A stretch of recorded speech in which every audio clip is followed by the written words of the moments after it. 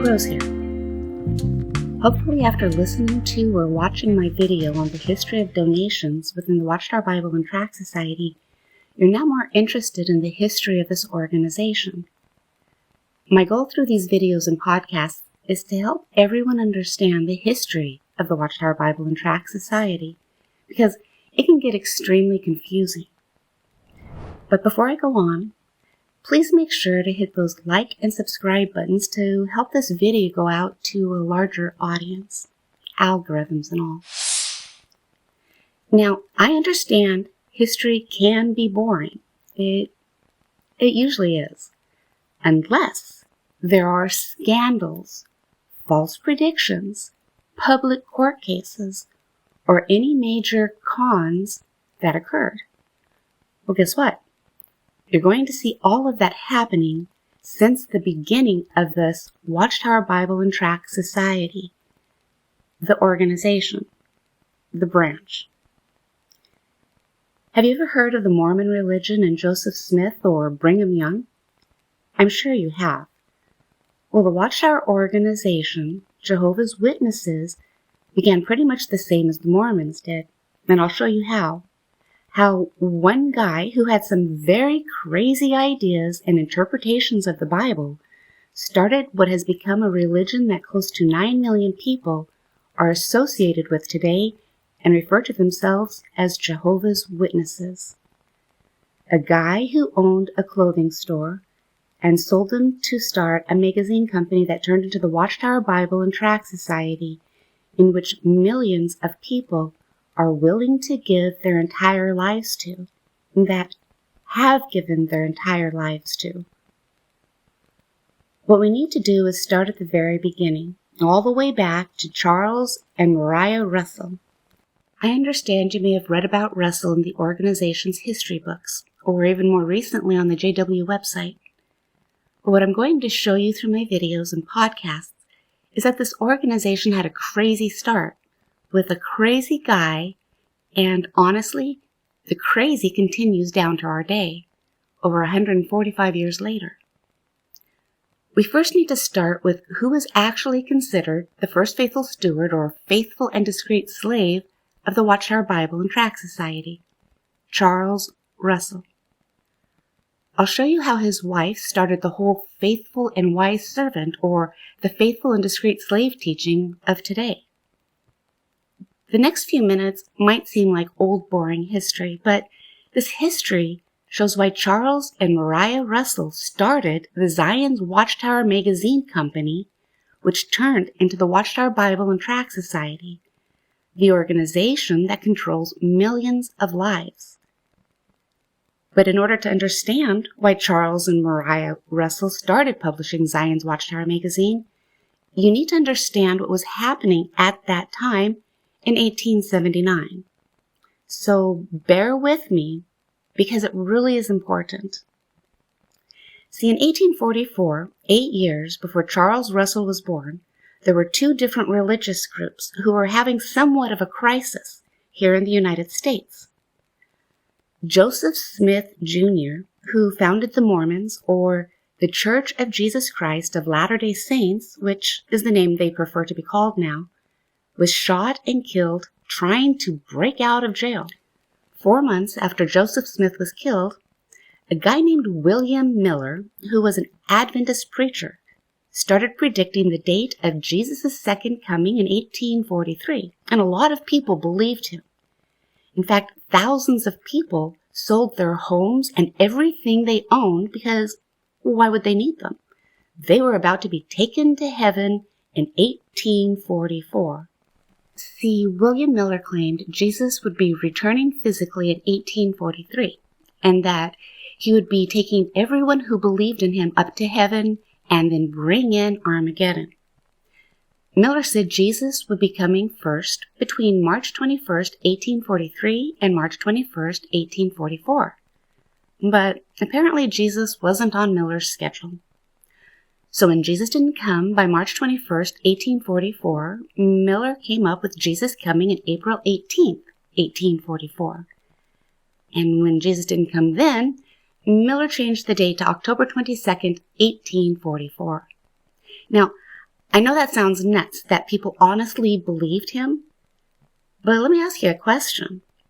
Is there any difference between being told Jesus came invisibly first in 1874, which was later changed to 1914, or that Armageddon was going to start in 1878, which was changed to 1910, then 1914, then 1925, then 1942, then 1975, then before the end of the 1900s, to any day now? That we're living in the final part of the last days, undoubtedly the final part of the final part of the last days, shortly before the last day of the last day. Well, needless to say, Miller's dates of 1843 through 44 failed as well. After October 22nd, 1844 came and went and nobody floated off to heaven, there were a lot of very disappointed people. In fact, those predictions became known as the Great Disappointment. But there were still those who believed that Jesus was going to physically return to earth and bring in Armageddon. One of them was a man named George Storrs.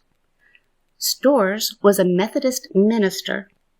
When Miller started to proclaim his predictions of 1843-44, Storrs launched a magazine and titled it The Bible Examiner.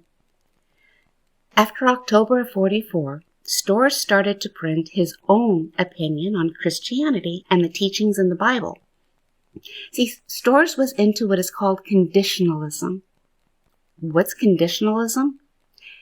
Conditionalism is pretty much the same as complete annihilation when someone dies. In other words, pretty much anyone who didn't believe in Jesus would ultimately be completely destroyed instead of suffering unending physical torment in hell. Actually, Storrs is the reason, as one of Jehovah's Witnesses, we believed in the complete Gehenna-type destruction when someone dies, but didn't return to Jehovah while they were living. Well, Storrs put his personal beliefs in his magazine, The Bible Examiner, and a Charles T. Russell read it. So, who was Charles Russell, and how did he start a magazine company that has become the religious organization it is today? If anyone from New York Bethel is listening to this, I would like to know why Charles T. Russell isn't a big deal in the organization. Charles Russell is still the man the governing body of the Watchtower Bible and Tract Society continued to claim was the founder of the organization Jesus began using to direct his organization in 1919. Why is Russell only mentioned in the publications as merely an editor and founder of the organization today? For 40 years, he was considered the only one who was able to explain what the Bible taught, what people believed as actual Bible truth. Wouldn't that be important? Like Anthony Morris was as a governing body member? Well, anyhow, back to Charles. Charles Taze Russell was born in 1852 to Joseph Lytell Russell and Anna Eliza Burney, who were actually members of the Presbyterian Church. His father opened a haberdashery store, a men's clothing store, and Russell started working in it at a very early age. By 12, Russell was writing business contracts for customers. At 14, Russell's father opened another store, and Charles was put in charge of it. So, in his early teens, Russell's father made him partner in the business, and by the time Russell was in his late 20s, he and his father had turned their one store into 5 stores. Well, before we go on, we need to go back to when Russell was 13. See, at 13, Russell left the Presbyterian Church, and he joined the Congregational Church. He was actually known as a kid to write Bible verses on fence boards and city sidewalks to try and convert unbelievers. He would go around letting everyone know that the punishment of hell was awaiting the unfaithful. When he was 16, Russell was talking to a friend about what they thought of Christianity, like what happened in the medieval times with Christians, or the contradictions in all of the religions of that day. It had only been about 24 years since the Great Disappointment of 1843-44, and Russell had heard about all of those people who had lost everything because they really believed William Miller's predictions. There were also many different religious sects that had popped up, separating themselves from the Catholic Church, and none of them believed the same teachings. Russell believed in Jesus, but he couldn't understand why Jesus hadn't returned physically like everyone was saying he was going to. He looked into different religions, but none of them were able to answer his questions. It was actually about this time that Russell thought about becoming an atheist, but it didn't stick. Because in 1870, when he was 18, he went to a sermon in Allegheny, Pennsylvania that was given by an Adventist preacher by the name of Jonas Wendell. Now, even though Russell didn't agree with everything Wendell preached, Russell liked Wendell's application of logical thinking when it came to the Bible. Jonas Wendell had been a follower of William Miller, and he believed Miller's prediction that Jesus was physically returning in 1843-44. But when Jesus didn't come, Wendell came up with his own predictions. Wendell told everyone that Jesus was going to physically return in 1873 or 74. And this interested Russell, especially after what had happened with Miller in 43-44. So in 1870, Charles and his father sold their stores for $300,000. That's the amount they actually received back then. In today's value, that's over $8.5 million. Well, Charles and his father started a Bible group to discuss what Miller had predicted, what Storrs was saying, and what Jonas Wendell was currently predicting. Around that time, Russell also started reading a magazine that was put out by a Dr. Nelson H. Barber called The Herald of the Morning. Barber was full of his own personal opinions about what the Bible stated, and he had this weird interest in Bible chronology. Barber was sure that all Bible prophecy was not only for far-off future events. Barber felt the Bible foretold everything that was happening at the time as well, things that were already in progress or going to happen at any time. Somehow, Barber also came up with the idea that Jesus came invisibly, not physically, in 1874. He said that everything in the Bible indicated that in 1878, Jesus was going to take everyone to heaven. So in 1876, Russell paid for Dr. Barber and John Henry Patton to visit him in Allegheny, Pennsylvania, so that he could hear how they came up with Jesus coming invisibly in 1874 instead of physically, and how everyone should be taken to heaven by 1878. Russell really liked what he heard from Barber, and all of a sudden, everything became around Armageddon happening in 1878, and that everyone who believed in Jesus would be taken to heaven at any moment before then. He even wrote a book about it in 1877 called The Object and Manner of Our Lord's Return, where Russell said that Jesus had already returned invisibly in 1874, and that at any moment the bride of Christ would be taken to heaven. Dr. Barber and Russell also published the book 3 Worlds and the Harvest of This World in 1877. The 3 World book also taught that Jesus had returned invisibly in 1874 and everyone was going to go to heaven by 1878. Barber and Russell weren't the only ones that liked that line of thinking, that personal interpretation. George Storrs liked it too, and started putting it in his newspaper. So those three men, along with all of their colleagues, decided to join forces in letting everyone know about this new light, this new understanding that they discovered. New light about how Jesus had been ruling in heaven since 1874, only invisibly, and that everyone was going to go to heaven by 1878. So Russell started to bankroll Barber's daily magazine, Herald of the Morning, because Russell wanted Barber to explain the math behind the convoluted eschatological beliefs that he had come up with, so that all three of these men could publish and declare the imminent fulfillment of Bible prophecy in their magazines. So everyone that read and believed what were in these magazines started to expect to go to heaven no later than April 6, 1878. Because George Storrs was older and he had lived through the great disappointment of 1844, he had a more let's wait and see approach. But Russell didn't like that because Russell wanted to preach 1878 as sure as William Miller had preached 1844.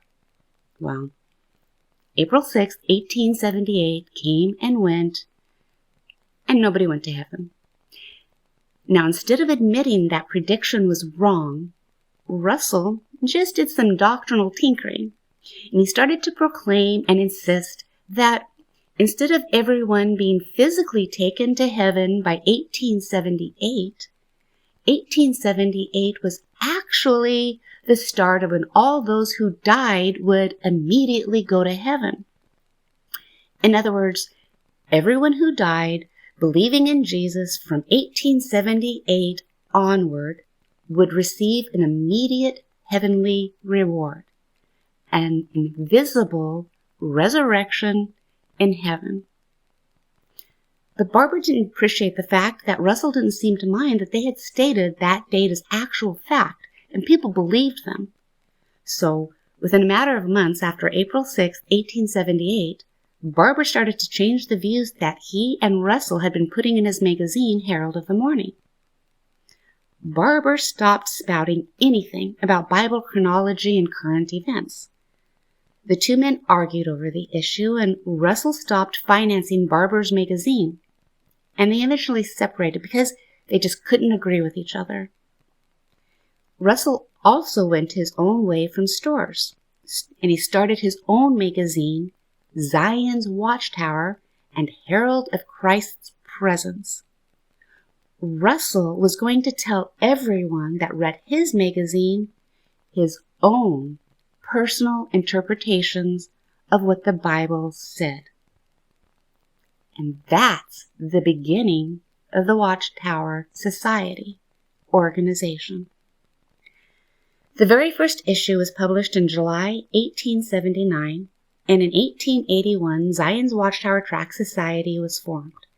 Then in 1884, the society was legally incorporated and came to be known as the Watchtower Bible and Tract Society of Pennsylvania, the name the organization has today.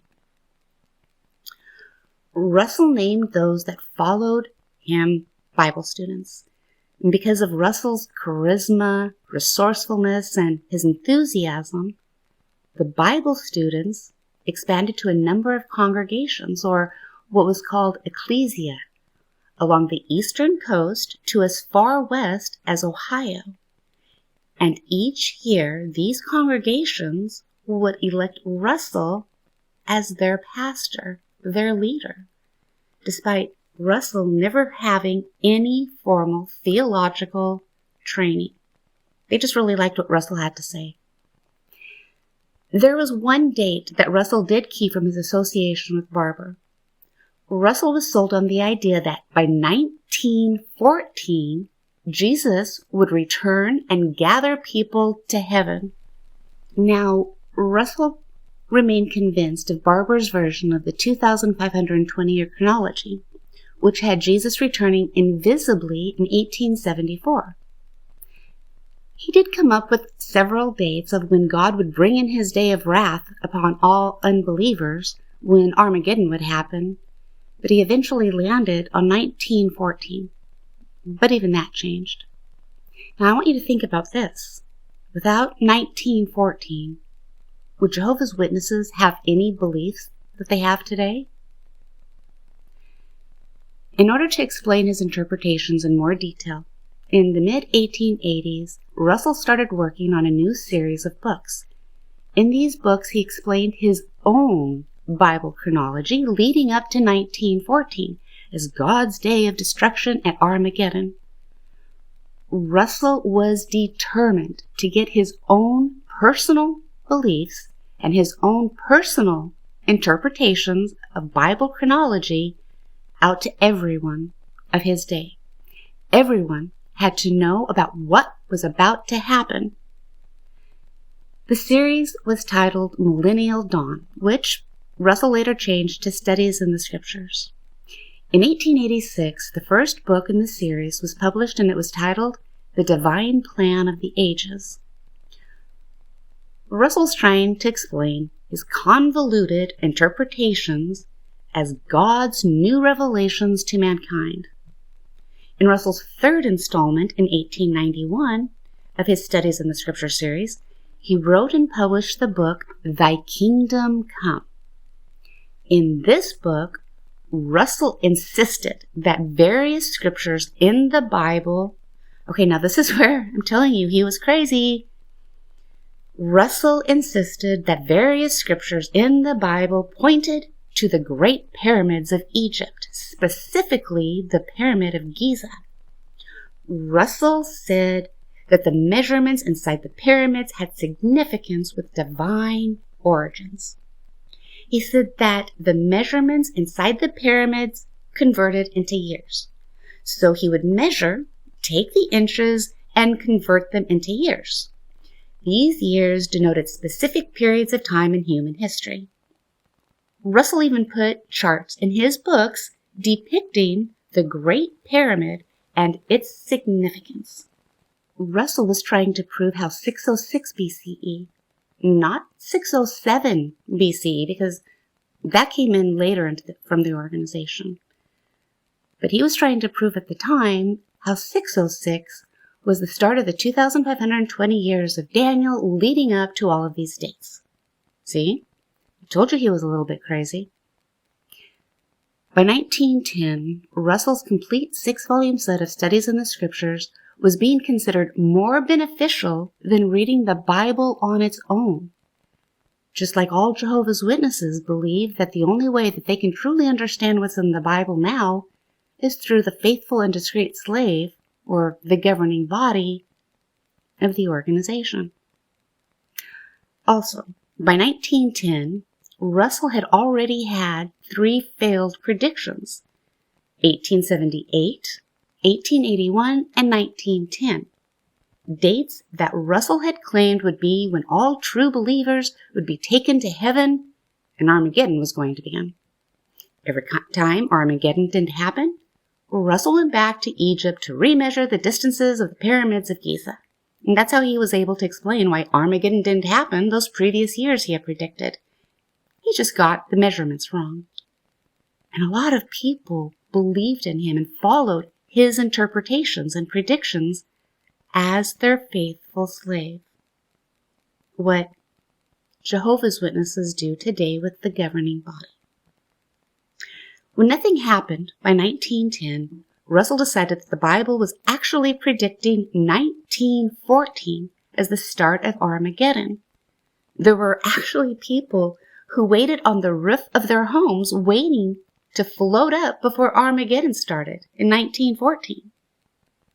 But nothing happened in 1914. And again, Russell didn't see the need to apologize for his predictions. Because when World War I started in 1914, coincidentally, Russell was able to say, "Hey, look, I told you the end of days was about to happen." See, since Russell, no man who has acted as the faithful slave or governing body have ever apologized for getting things wrong. They don't think they need to.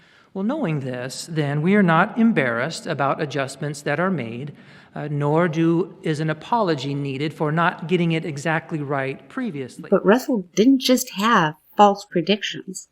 He taught some pretty crazy things as well. Russell started this craniology campaign. He said that if you measure the angle of the face, the size of the brain case, or the ratio of the length to the breadth of the head, you can classify people into racial groupings and find out about their intelligence. He also stated that all other races except white people were cursed because of Shem. He said that in paradise, most likely dark skin will turn white. Nothing racist about that, is there? Russell tried to pass this cancer cure to his followers, but it turned out to be a mixture that could actually harm a person. And there were a lot of people who got sick because of his cure. In 1911, a man by the name of K.B. Stoner in Virginia discovered a particular strain of wheat. Russell called it miracle wheat, and he sold it to his followers for $60 a bushel. That was a lot more than a bushel of wheat went for then, which was only around 78 cents a bushel. In fact, the Brooklyn Daily Eagle newspaper actually accused Russell of profiting from this strain of wheat by lying to his followers that it was blessed by God.